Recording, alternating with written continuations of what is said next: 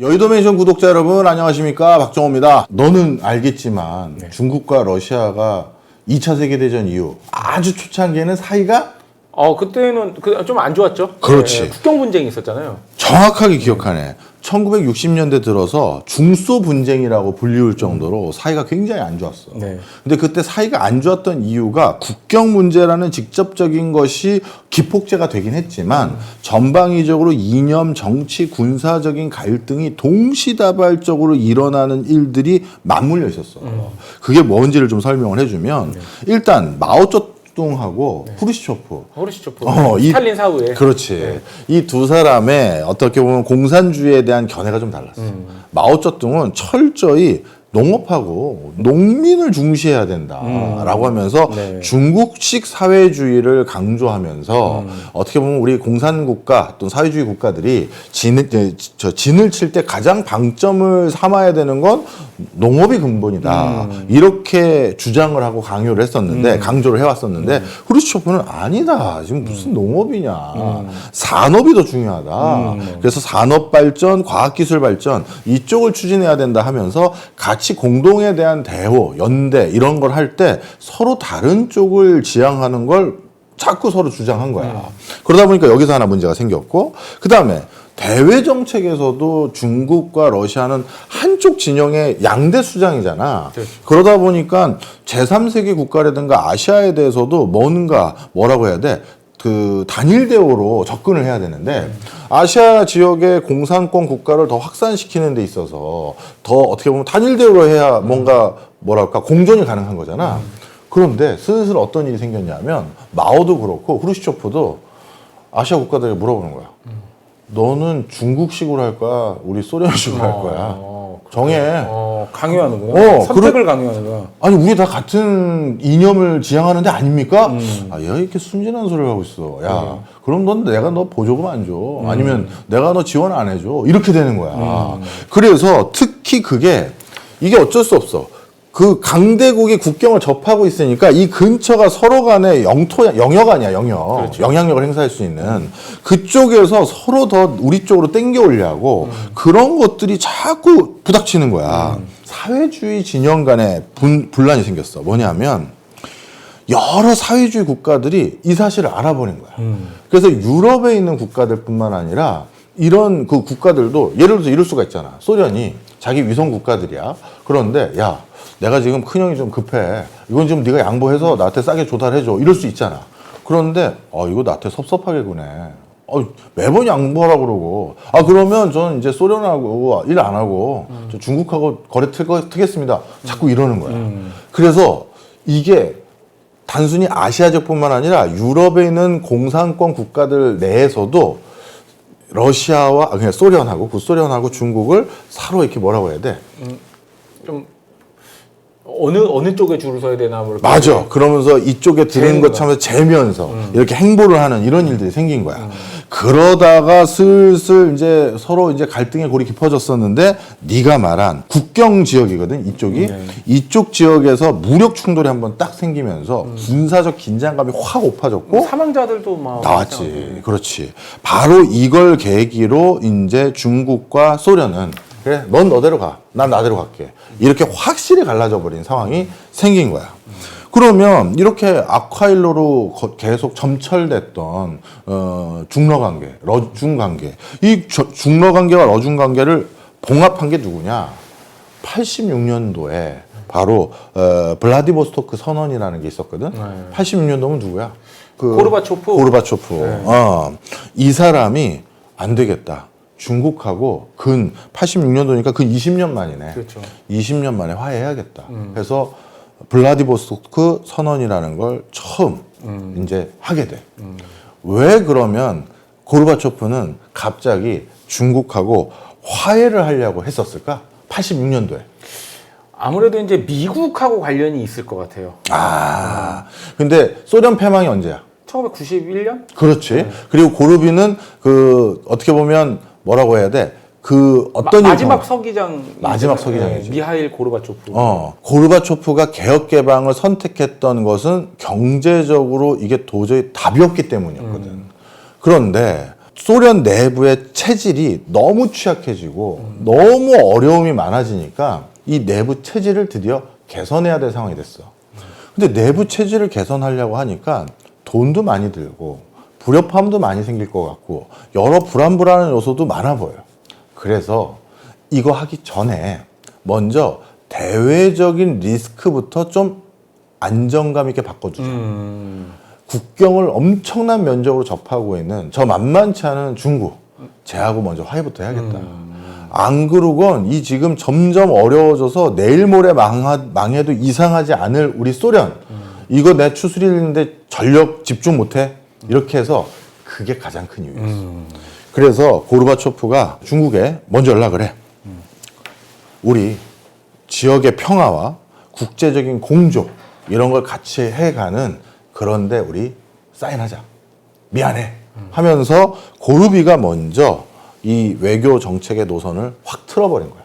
쉽게 말해 본인들이 지금 내부가 너무 뒤숭숭하기 때문이고 그 다음 또 직접적인 이유가 더 있어. 단순히 외부만 안정시키려는 목적이 아니라 아주 직접적인 목적이 또 하나가 더 있어. 뭐냐 하면 돈 문제야. 자, 일단 핵무기를 감축시키고 싶었어. 핵무기는 만드는데도 돈이 많이 들지만 유지하는데 엄청나게 돈이 많이 들잖아. 난 솔직히 그렇다고들 하더라고. 근데 내가 정확히 유지하는데 왜 돈이 이렇게 많이 들어가는지는 정확히는 몰라. 그냥 걸레질 좀 하면 되는 거 아닌가, 미사일? 아니, 걸레질도 쓸고 닦고 좀 하는 것도 뭐 그거 누군가 해야 되잖아요. 아니 그 미사일 광내고 하면서 그거 하면 그게 뭔 돈이 드나 했는데 그게 그런 게 아니라고 하더라고. 하여튼 그래서 이 핵하고 군비를 줄이고 싶은 거야. 그러니까 국경 수비 비용도 좀 줄이고 그렇죠. 이러려면 평화 모드가 있어야 그걸 줄이는데 제일 좋잖아. 그래서 도저히 안 되겠다 해서 저 시베리아의 광활한 저쪽 지역들, 극동 지역에 불안 요소를 잠재워서 실질적인 비용 지출을 줄이고자 하는 게 일단 가장 큰 요소였고, 그리고 또 하나가 더 있어. 돈을 벌어야 되는데 이제 유럽하고 돈을 벌려는 건 뭐가 잘 안 보여. 그래서 새로운 신시장도 좀 개척해보자. 그 사이에 한국이란 나라가 비약적으로 부상했고, 일본은 이 당시에는 G2급으로 발달했는데, 그리고 또 한 가지. 덩샤오핑 때 중국이 얼마나 성장했어. 그렇죠. 이제 옛날 우리랑 똑같이 못 사는 중국이 아니야. 이제 잘 나가. 중국하고도 이제 뭐 해야 돼. 그 생각이 든 거야. 그래서 경제적 협력을 동아시아, 동북아시아 국가들과 하기 위한 또 초석이 필요했던 거야. 바로 이런 것들을 다 같이 생각하면서 블라디보스토크라는 저 극동 지역에 그 러시아 사람들도요, 블라디보스토크를 그렇게 잘 몰라요. 상트페테르부르크나 뭐 이런 데나 좀 많이 알지 잘 모릅니다. 그래서 여기까지 와서 상징적으로 바로 화해를 한 거야. 그런데 결국 고르비 어떻게 됐어? 네가 말했잖아, 마지막 서기장. 그렇죠. 그리고 소련 어떻게 됐어? 붕괴됐죠. 경제 위기로 결국 붕괴됐어. 방금 말했던 고르바초프는 마지막에 이렇게 큰 어떤 스케일에 대결단을 내려서 뭘 해보려고 했지만 이미 나라를 다시 일으키기에는 늦은 거였어. 그렇죠. 뭐 또 작은 나라가 아니잖아요. 그럼 그리고 나서 어떤 일이 일어났냐면 대논쟁이라고 그 러시아의 국사책에는 그렇게 평가해. 대논쟁이 시작돼. 대논쟁. 러시아 국사책은, 진짜 러시아 국사책은 그렇게 평가합니다. 러시아 국사책을, 러시아사지, 러시아인들이 집필한 그 국사책을 번역한 미국 책이 우리 여기 어딘가 있어. 너는 모르니까 내가 그 책하고 그 비슷한 또 다른 2억 원의 책하고 그다음에 논문을 좀 쭉 보고 나서 봤더니, 왜 대논쟁이라고 부르는구나. 확실히 알았어. 왜냐하면 이게 단순히 하나만 논의해야 될 게 아니야. 그때 뭐가 있었냐면 일단 경제 체제 어떻게 할 거야? 그리고 우리 소련이라는 이름 아래 다 같이 살았는데 이 다민족 이 사람 다 어떻게 할 거야? 그다음에 정치 체제는 어떻게 할 건데?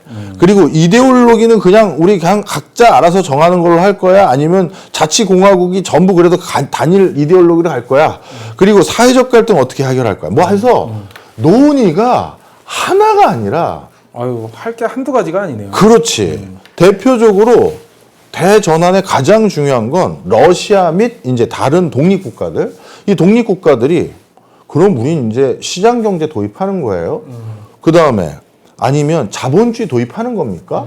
그리고 이렇게 했었을 땐 그럼 과거와 같은 중앙 계획식 경제 이거 안 하는 거예요? 그러면 이 질문에 중앙에 해당되는 러시아. 러시아 내에서 또 논의해야 될 게 있어.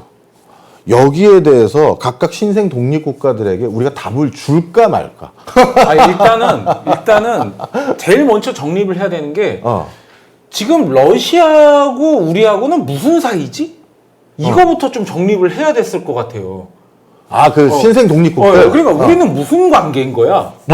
관계, 그러니까 뭐 남녀간에 우리 사귀는 거야? 이렇게 물어보는 것처럼. 맞아. 네. 그런데 러시아가 그거는 사실 먼저 답을 줬어.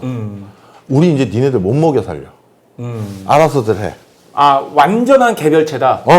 완전한 개별체로 하고 몇 개만. 체체는 자원이 많은 곳이야. 넌 남아. 체체는. 넌 남고, 너 그 옆에 있는 네 오세티아라고? 가. 투르크메니스탄. 다 가. 키르기즈스탄. 다 가. 이렇게 되고. 하여튼, 약간 처음에 그 경계 잘못 그려가지고 우크라이나가 지금 아직까지 이 지경이 있는 거고.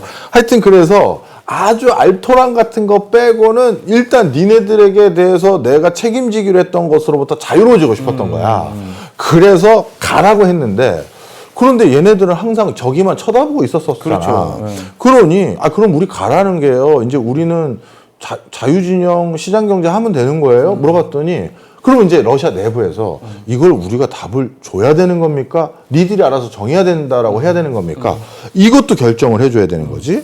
그리고 그러면 시장적으로 개선을 해라라고 했었을 때 전방위적이고 전폭적이고 광속으로 합니까? 천천히 합니까? 이것도 또 줘야 되는 거잖아. 그러니까 오다가 안 내려오면은 지금까지 계속 그렇게 살았기 때문에 이제 오다가 안 내려오면 뭘 결정할 수가 없구나. 맞아. 네. 그리고 일부는 본인들이 결국 이게 경제가 붕괴된 거잖아. 그렇죠. 그렇기 때문에 스스로 우리 독립을 쟁취했던 데들도 있어. 그러니 거기에서도 우리가 지금 경제적으로 뭔가 커버가 안 되니까 그렇게 하세요 했어. 그런데 독립을 이렇게 쟁취한 데도 있지만 내전이 일어난 데도 있었고 그 다음에 또 내부적으로 내전까지는 안 일어났지만 이거 조만간 이쪽 지역은 내전이 일어날 것 같아 라고 분류될 정도의 갈등까지 올라간 적들도 있어. 그럼 이거를 무력으로 누를 거냐 아니면 투표하자고 할 거냐 이것도 정해야 된단 말이야. 왜? 민족 간의 문제지. 그 다음에 정치 체제가 또 중요했어. 자, 그럼 우리 지금 전에 있던 그 유일한 당이 지금 실기해서 이 모든 일이 일어난 거 아닙니까? 그럼 우리도 서구 체제로 다당제로 가는 겁니까? 공산 1당, 공산 2당이든 시민사회 공산당하고 더불어 공산당하고 공산의 힘으로 가던 뭐 이렇게 가는 겁니까? 이걸 물어봤어. 그랬더니만 아니면 또 공산당 하나에 민족주의 정당들이 있을 수 있잖아. 그렇죠. 이슬람 민족당, 그 다음에 투르크 민족당, 무슨 또 뭐 아니면 체체 민족당 이렇게 가는 겁니까? 와, 이게 이제 내가 봐도 그때 내가 만약에 그 당시에 러시아의 학자 중에 한 사람이었다면 이걸 어디서부터 논의해야 되는 거야? 막 이 정도가 되는 거야. 그렇죠. 그래서 이걸 대논쟁이라고 부르는 거야. 대논쟁. 그런데 그 대논쟁을 학자들이 또 하는 게 뭐야? 이 복잡하게 얽히고 설킨 걸 하나의 슬로건이나 어떤 키워드로 쭉 설명하는 걸 하잖아. 그렇죠. 그 중에 내가 이제 문서로만 이제 쭉 살펴봤던 가장 정통한 잘 정리했던 학자들은 그 대논쟁 때의 논쟁을 크게 두 가지로 구분해. 서구 사회로 빨리 가자. 대서양으로 가까이 가자. 우리 저기 모스크바에 있지 말고 그런 서구주의 및 대서양주의자들. 이게 한 축이고 보수주의자들은 뭔지 알잖아. 보수는 웬만하면 바꾸지 말자. 그렇죠. 우리 이 상황에서 좀 어떻게든 해결해 보자. 그래서 이 사람들을 또 온건한 거잖아. 확 바꾸자는 게 아니니까. 그렇죠. 중도 온건파 이쪽으로 나눠지는데 자, 서구주의자들은 간단해. 급속히 사유재산 인정하고요. 자본주의 시장경제 막 도입해가지고요. 우리 체제전쟁에서 진 겁니다. 이거 봤잖아요. 경제 파탄 났고요. 이미 미국과 우리 소련의 소득 수준은 커버가 안 돼요. 그걸 누가 주로 얘기했겠어? 당연히 뭐 서구주의 학자들이. 그러니까 서구주의 학자들이 될 수 있는 사람들이 누구겠어? 유학파들? 그렇지, 비슷했어. 직접 보고 온 사람들인 거잖아. 외교관들. 그렇지. 그래서 이 서구주의 대서양주의자들의 주축은 외무부 출신들이야. 그래서 외국에서 직접 보고 느낀 사람들이 바로 이걸 굉장히 적극적으로 주장해 왔는데 그 중심에 코즈레프 외무부 장관이 있었어. 이 코즈레프 외무부 장관은 뭐 모스크바 국립대 당연히 졸업하고 거기 외교학과 나오고 전통 외교 관료로 막 승승장구했던 어떻게 보면 외무부에서 가장 존경받았던 그 당시에 인물 중에 하나고 뭐 그만큼 짬밥도 높고 그런 사람이었는데 이 사람이 나도 여러 군데 부임해봤고 다 봤는데 아유 이거 아니야. 이거 뭐 국가가 어떻게 다 정하고 이 비효율성이 너무 말도 못해. 사람은 자기가 다 자기 이득 되려고 사는 거지 무슨 다 같이 더불어 이거 아닙니다 하면서 이 사람이 방점을 찍었고 예일친이 처음에 이 사람을 중히 썼어. 그래 네 말이 맞는 것 같아. 야 고르비 봐라. 이거 뭐 안 됐잖아 결국. 그렇게 이 체제 상황에서 해보려고 했는데 그래서 원래 전에 했던 사람이 안 되면 반동이라고 해서 확 반대로 가잖아. 그거 제가 수정해서 해볼게 하면 국민들이 안 되는 거 봤는데 막 이렇게 되잖아. 그래서 예일친이 처음에 이 사람을 외무부 장관을 시키면서 네가 그러면 직접 보고 온 것도 있고 여러 네트워크를 통해서 아마 자본 유치라든가 이런 것도 할 수 있을 것 같으니 해봐 한 거야. 그런데 러시아 내부에서는 이제 여기서 가만히 분위기 보니까 큰 문제가 하나 터져.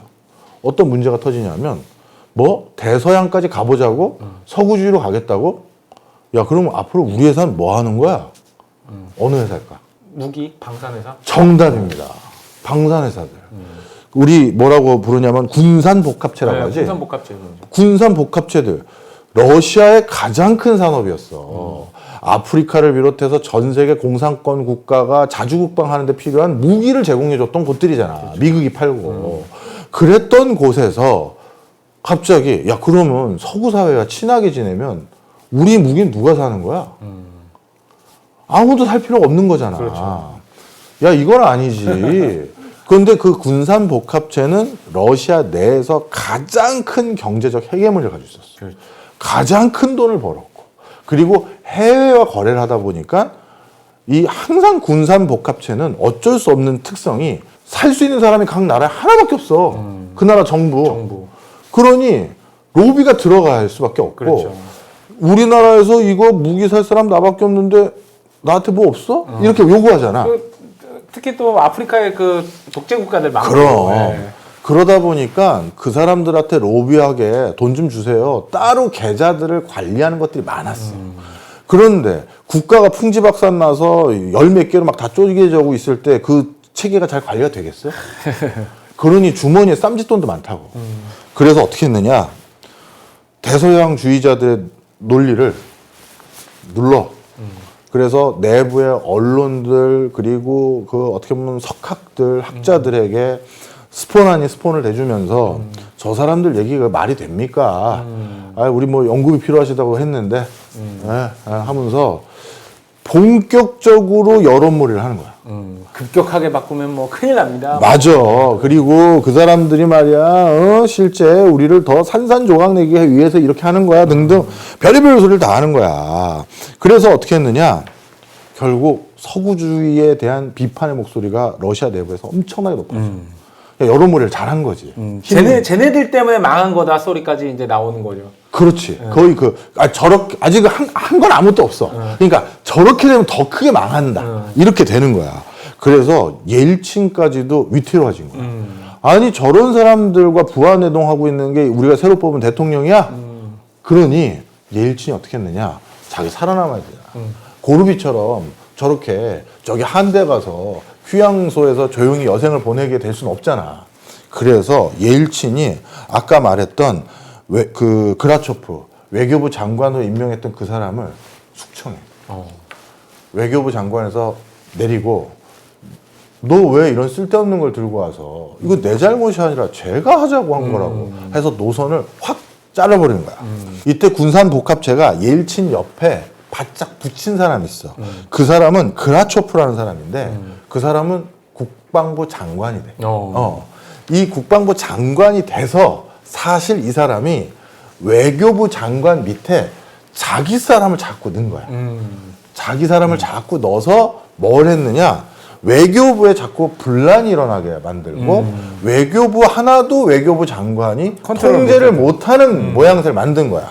그 대표적인 게 뭐냐 하면 외교부 밑에 친중 세력들을 몇 명 넣어놨어. 근데 여기서 또 중요한 게 있어. 왜 그럼 외교부 밑에 친중 세력을 넣느냐? 자, 덩샤오핑의 개혁개방 이후 중국이 돈을 좀 벌었어. 이 군산 복합체는 우리 무기를 어디다 팔아야 될 거 아니야. 지금 러시아가 딱 보니까 경제적으로 어려워. 그리고 러시아는 원래 무기도 많고 기술 개발도 많이 해놨어. 아, 그리고 뭐 핵 개발하는데도 러시아가 도움을 많이 줬잖아요. 그럼 그래서 러시아한테 니들 요즘 어렵던데 그 싼 값에 나한테 좀 팔아라. 그리고 기술도 좀 전수해줘라. 우리도 이제 언제까지 경공업하고 값싼 공산품만 만들 순 없지 않니? 했는데 군산 복합체 직원들도 임원들도 경제난 겪는 건 똑같을 거 아니야. 그런데 중국에서 자꾸 러브콜이 들어오는 거야. 야, 이거 장사 좀 되겠다 생각이 드는 거지. 그래서 일부러 중국 통들을 대거 외교부에 심어놓은 거야. 그리고 나서 아, 중국이 우리랑 이렇게 하려고 하고 뭐 하려고 하는데 하면서 거기서도 잡음내고 국방부 쪽에서는 당연히 지금 우리가 가지고 있는 유일하게 돈 벌 수 있는 게 군산 복합체인데 라고 또 얘기도 하고, 그리고 서방 국가랑 친하게 되면 우린 장사를 뭘로 해서 먹고 살 겁니까? 이렇게 되면서 막 하니까 결국 예일친이 선택을 해. 고르바초프는 아까 블라디보스토크 선언으로 중국과 화해는 일단 해놨다고 했잖아. 그렇죠. 화해를 해놔서 만나고 예전보다는 그래도 좀 웃으면서 좀 뭔가 논의할 수 있는 분위기만 만들었는데 예일친이 어떻게 했느냐? 아주 방점을 확 찍는 사건이 생겼어. 예, 내가 연도를 정확히 찾아봤더니 92년도라고. 92년도에 9월 달에 원래 일본 도쿄를 방문하기로 되어 있었어. 야, 이게 소련의 서기장급에 해당되는 대통령이 도쿄를 방문하는 건 굉장한 상징적인 의미야. 그렇죠. 그것도 보스토크 선언 때부터 이미 극동 지역의 개발에 소련이 관심 많다, 냄새 다 풍겨놨는데, 네.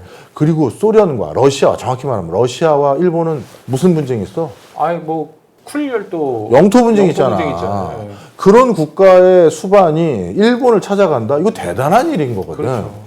그래서 일본이 나름대로 이쪽 극동 지역에 본인들의 여러 가지 새로운 교두보도 만들고 뭔가 할 만한 게 또 생기겠다 싶어서 준비를 또 걔네 얼마나 또 꼼꼼하게 하는 애들이니 대대적으로 하고 있었는데, 아까 말했던 국방부 장관인 그라초프가 그거 아닙니다. 서구 국가랑 그렇게 하시면 안 된다니까요. 해서 옐친이 이걸 취소한 거야. 도쿄에서 가겠다고 다 행사 준비하고 있는데, 그리고 나서 나 도쿄 안 가요. 일본 미안, 안 가. 그리고 언제 갈지도 모르겠어. 얘기하고 어디를 가겠다고 전격 발표를 했냐면 베이징. 정답입니다. 베이징을 가겠다고 발표를 한 거야. 그래서 이 보도가 서구 사회 전체에 난리가 났어. 러시아가 다시 소련으로 바뀌는 것인가? 다시 그러면 신냉전의 시작인가 하면서 막 보도가 엄청 났었어. 그런데 진짜 베이징을 가서 그 다음 어떤 일이 생겼느냐? 와, 베프가 돼버렸어. 어떤 상황이 됐냐면 1년에 2번 이상씩 만나기로 약속을 하고. 1년에 2번이요? 2번 이상. 그러니까 2번 이상 1년에 무조건 정례 회의하기로 개최하고, 그 다음이 제일 무서웠는데 제3국에 대해서는 서로 러시아는 나 중국이랑 카드 있어요. 중국은 저 러시아라는 카드 있습니다. 이거 사용하지 말자고 서로 밝혀. 이런 거지. 이렇게 하시죠. 거기 러시아랑 지금 이런 상황인데 내가 풀어드릴 수 있는데 이런 거 하지 말고, 아니면 러시아랑 하지 말고 나랑 합시다. 이런 거 우리 하지 말자. 이걸 합의한 거야. 이건 진짜 엄청난 거지. 그리고 여기에 수위를 그 다음 연도에 옐친이 더 얹었는데 93년도에 옐친이 이제 인도를 갔거든. 왜냐하면 이제 아시아 지역에 뭔가 다시 회계문을 다시 정리를 해야 되잖아.